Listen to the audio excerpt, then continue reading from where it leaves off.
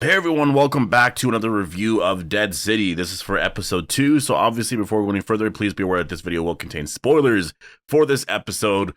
Oh, I really enjoyed this episode so much more than the first one, and it really was because of one specific scene. I've been waiting to see this version of the character for a very, very long time now, so yeah, this is super epic. So before we go any further, obviously make sure to be a subscriber if you do want to get all my Walking Dead content like this, and also, if you haven't followed me on Twitch yet, definitely go do so. My channel name is Appetite for the Dead. I will be live there later on today, and yeah, also I'll have my episode 3 trailer breakdown coming out later on today as well. So first of all, I guess before we get into the video or the review, I do apologize for not having my review up yesterday. I didn't have the episode yesterday, and I know this has been a problem for a lot of people. I don't know if it's AMC's fault or if it's like the, where it's being distributed, because I watched through Prime Video. And so most of the time it's available for me. Like most of the time it is available for me, but yesterday it wasn't. I know a couple of times in the final season, I also experienced that as well. A lot of people experience this. It seems like every single week there's a problem with the episode's release. And I know AMC has tried to fix this. Like I've seen AMC Plus sort of address it before, and I don't think it's their fault. I think it's because of how it's being distributed through Prime Video. So it could be more Prime's fault, but I'm not entirely sure with that. I don't really know what's happened. Like I don't really know where the blame is, but it is frustrating definitely for fans, because I was so excited. Like again, 2 nights ago I couldn't really do the stream and watch the episode, but it looked like it didn't even matter anyways because the episode didn't come out. And that's the thing. So for next week, next Wednesday night, when we're doing the stream at night, like what if the episode doesn't drop when it's supposed to drop? Like I literally would have been staying up all night to wait for this for nothing. Like it is one of those things that is really unfortunate, because it's like I can't really do the streams that I want to do because the episode isn't coming out when it's supposed to come out. So it's like, yeah, I don't know. But it eventually did release. It was actually late last night that it did release, and I watched the episode earlier this morning, and I really love this episode so much. Honestly, I'm really liking the direction of the show. I've seen a couple of people say that this episode was filler. I really, really disagree with that. Like, if anything, that just makes me question your taste in stories and TV shows in general. Because I mean, well, I guess that was the thing. Like even going back to season 3 and 4, a lot of people complained of filler and stuff like that. So I don't know. It's always been a thing with this show. And actually, you know, it's kind of a thing with a lot of shows. Like if there's no big deaths or if there's no crazier moments or big action scenes and stuff like that, people really think that it's just filler. Like people can't just sit down and talk for a little bit because otherwise it's just filler. Like, no, you do need to do that. You need to build up their story. If you didn't do that and it was just constant craziness happening all the time, it would just be this big mess. Like you would have no connection to the characters or anything like that. And this one here, I will say, actually had some really cool scenes. And there was a scene at the end with Negan, which we'll actually get to later on in this video. But oh, I really love that. So this episode started off with that woman. We do learn her name is Esther, and she actually was leading Maggie and Negan to her new group. And so I guess that makes sense. I do question a little bit of sort of what happened there, because for some reason it's like daytime out of nowhere, right? Like at the end of episode 1, it was nighttime. You could argue it was like maybe 5 in the morning, 4 in the morning or something like that. You know, the sun was about to come out.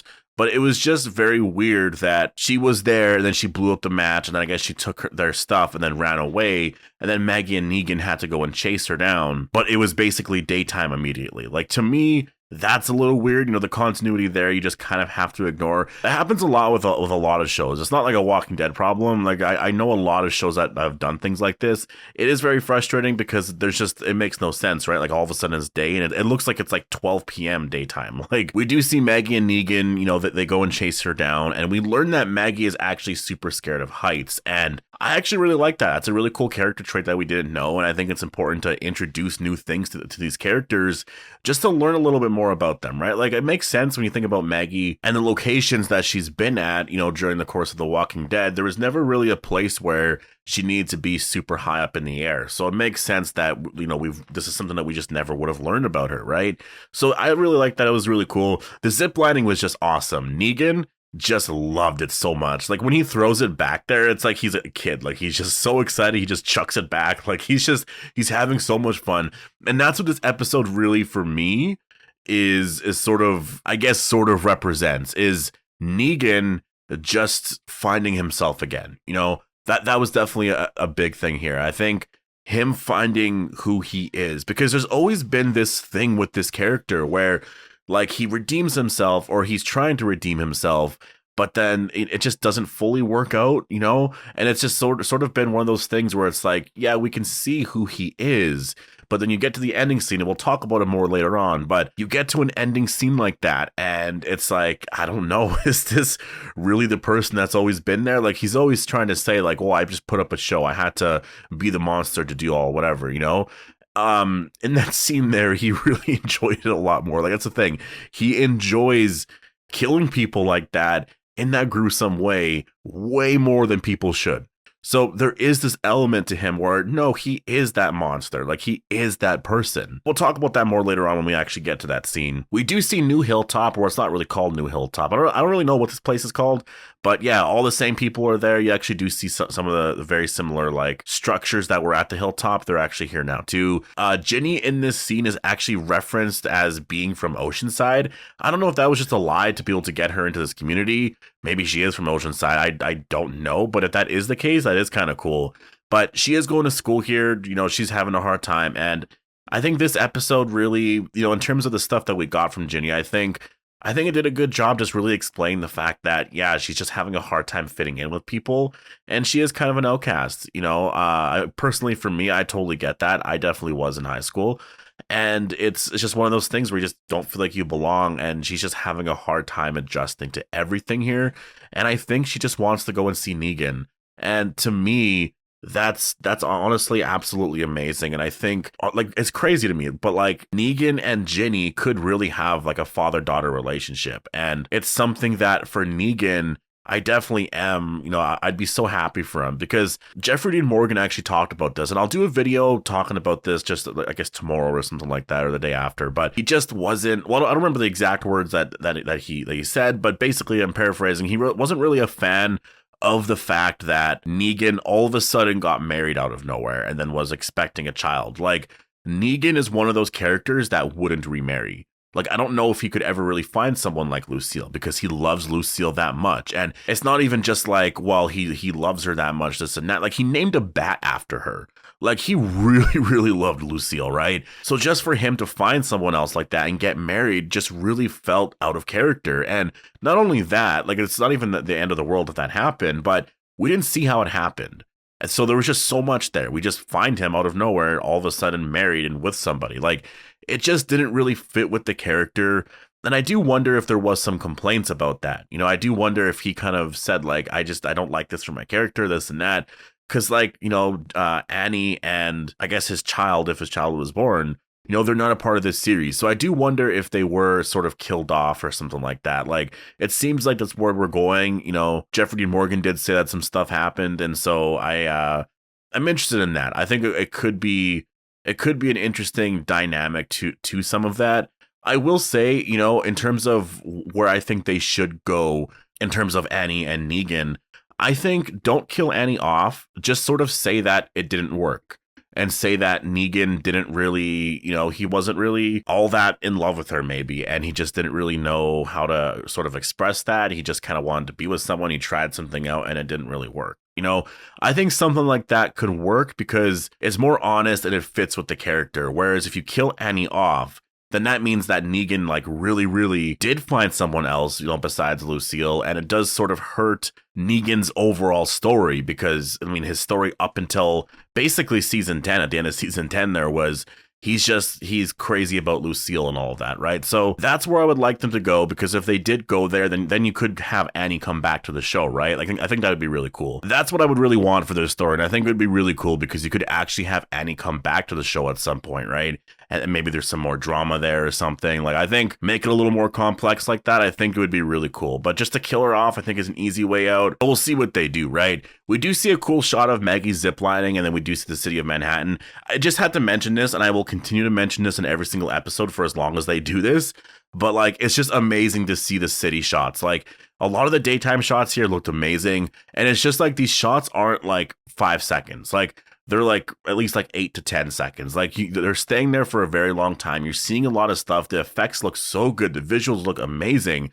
And you're just kind of seeing Manhattan, and you're seeing what has happened to the place, right? And I really, really like that. This episode visually looks so much better than the first one. The first episode, I think I was just kind of blown away by the quality of the show, the cinematic quality of the show compared to, I guess previous shows and whatnot. And in this one here, they really do step it up and we really do see a lot more of the city and stuff. So yeah, to me, I really like that. But Maggie and Negan do run into a new group, and then she says that we're going to Canada, which I got excited about because, yeah, I don't know. I want The Walking Dead to come to Canada. I really just do. But obviously, it was a lie in this episode, so I was a little sad. We actually get a Maggie and Herschel flashback scene, which was kind of cool. And Herschel was a little rebel. Well, I wouldn't say rebel. He just sort of has an attitude right now. There's a lot of anger there. This does line up a lot with his comic character because in the comic, he sort of was the same way. I don't know if they're going to go in the same direction.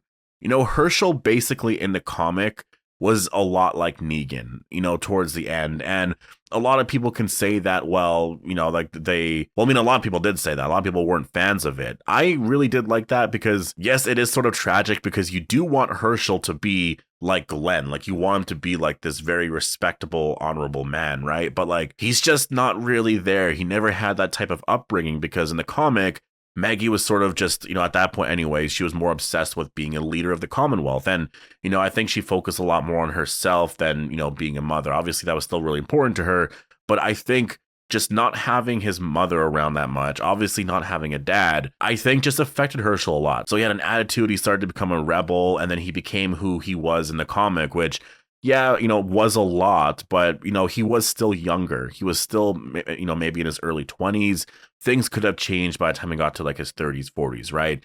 In the show here, he's definitely toned down a lot more. It definitely is more anger, and he's not just like joking around, just sort of being mean for the sake of being mean. Like in the show here, he just seems to be having an attitude problem, like he has a lot of anger there.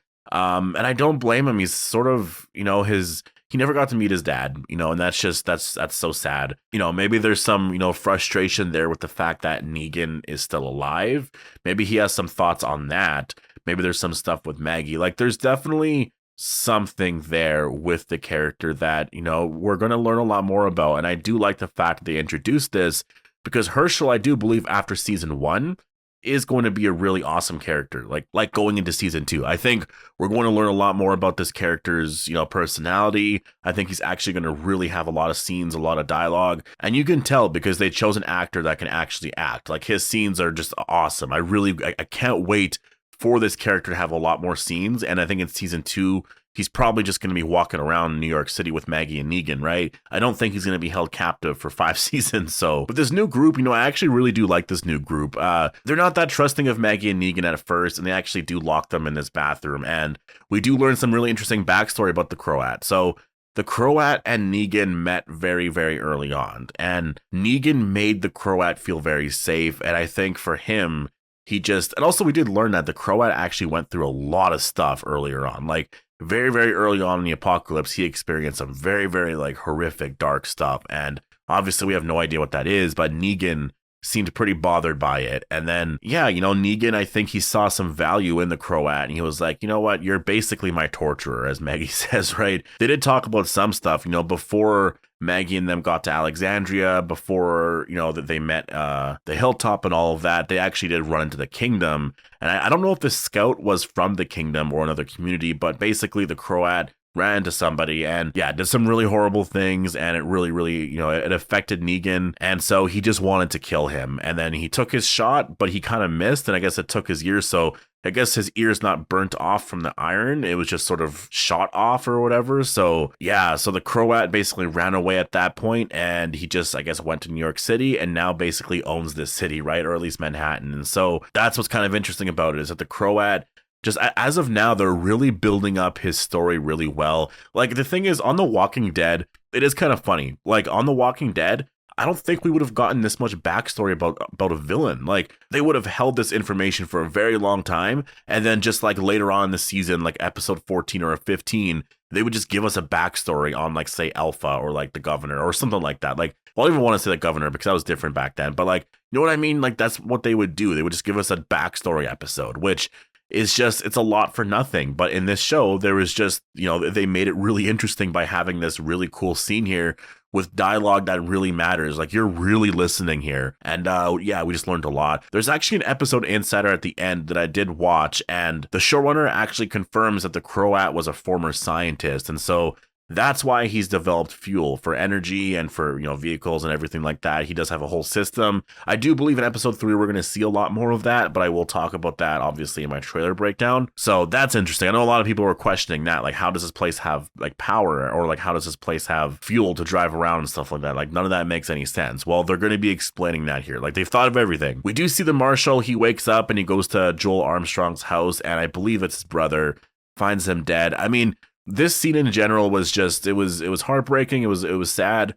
It was kind of cool. I really like the fact that they're just sort of exploring different stories. Like, I do feel like the Marshal is a real character now in this Walking Dead universe. And it's kind of cool to think that, like, they could just introduce newer characters like this and we can just sort of start to like them, right? Like, I think that was my criticism about The Walking Dead. They just kept a lot of characters on for way too long, that it got to the point where they started to become fan favorites, and then everyone was like, well, you can't kill them off anymore. Like, you just can't. In this show here, they're starting from scratch, and I mean, look, it's working. If you have a well-written story, well-written characters, people are going to fall in love with these characters. And the Marshal, I really do like as a character. I disagree with him entirely, for sure, but like, they're exploring the character well. Like, he's a really well-written character, and I think the actor is doing a really awesome job. We do see the Croats people, who are actually called the Bratzi, I guess. So that's a new group that we're learning about. But yeah, the Bratzi show up, and yeah, Maggie is just too much in a rush in this episode. Like, this entire episode, she's just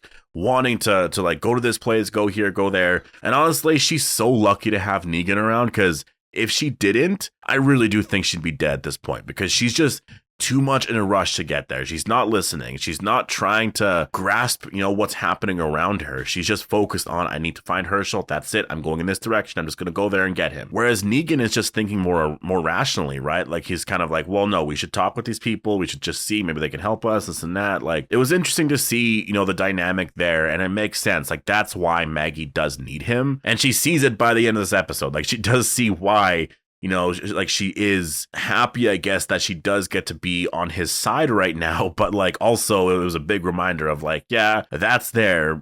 He's still that person. He hasn't really changed. I really do like this new group though. Like, Luther, I thought was amazing. Like, man, I hope he sticks around for a while. Esther, she dies, which was a really sad scene. And that's where we get into something that was just, I think, absolutely just really a phenomenal scene. And I think it's going to be one of my favorite Negan scenes of all time. Like, I'm not going to say it's number one. It's in my top 5 for sure, because Negan does like killing. After Esther dies, Negan takes one of the Croats people and is like, you know what? I'm going to go deal with them. Just wait here. Maggie does kind of look at him like, that's a little weird. I'm really suspicious. And so follows him, obviously. We do see Negan go down, and I just love this scene because the Croats people, they do show up, they walk into that place, and Negan is just putting his head through the glass, and he's just saying, knock, knock, and he's just loving it. He's smiling, and he just has this confidence that's there. Like, he's just like, I am the boss around here, and I love the fact that he shows up to New York City and he's acting like this, and this is a threat. This is basically a warning to the Croat that I'm still in charge, right? So that's why I love this scene, because he's like, knock, knock, or whatever, and who's there? Butter. And then we just get this really crazy gut scene, and I loved it. I love this version of Negan so much. I was laughing so much in this scene. I got goosebumps. I watched it like a couple of times. I had to rewind it. I just love this scene so much. And Maggie was so horrified in this scene. She was watching the entire time. And I think that's what makes this scene so amazing, because it was almost like this moment wasn't supposed to happen. Like, Negan has just sort of been keeping this hidden from her, and she sort of caught him, right? And he's just enjoying it. And Maggie is just so horrified, like, whoa, that is still there. And Negan afterwards sort of realizes too, oh, I think I revealed a little bit too much there. And I think that's what I was talking about earlier in the episode. I do think Negan is sort of learning some stuff about himself. I do think when he's saying, like, I have changed, like, I'm not that same person I was putting up a show, I do think for him, he does sort of believe that. But there's these moments like this that sort of show him this other side to himself that I think he's realizing, yeah, I guess I am a little like that, And I hope he doesn't change. I really hope he doesn't change. I mean, it's not smart. Like, writing wise, why would you ever write that character to be normal? Like, you know, you don't want to do that with Negan at all. He's not a normal person, and I love him for that. But yeah, just a very epic scene. Honestly, like, I've had to rewatch this scene so many times. It's one of my favorite scenes of all time with Negan. I think he's just such an epic character, and I don't know. Like, I want more of this. I hope we get more of this going forward.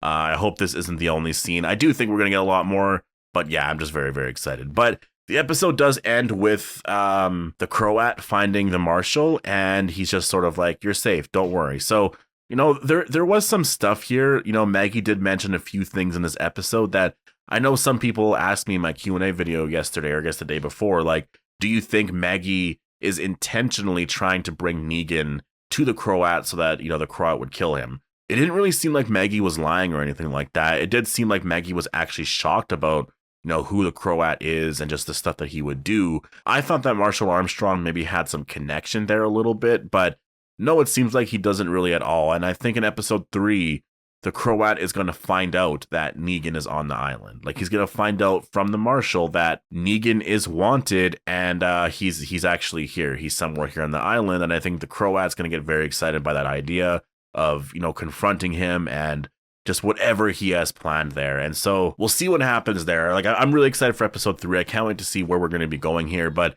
it does seem like, in general, there was no deal made between Maggie and the Croat to bring Negan there. And I'm just really fascinated to see, you know, just what the story is going to be overall going forward. But I'll talk about that in my episode 3 trailer breakdown. I do have a lot of thoughts about next week's episode. So anyways, these are my thoughts on this episode. I think this one was better than the first one. I'm not saying the first one was bad or anything like that. Obviously, I love the first one. But this one here just advanced the story in a really, really great way. I love the new characters that we met, and it just had one of my favorite scenes that I've seen in a very long time. So yeah, definitely 2 thumbs up for me. So yeah, post all your thoughts down below. Hope you guys all enjoyed the video, and I will see you guys in the next one.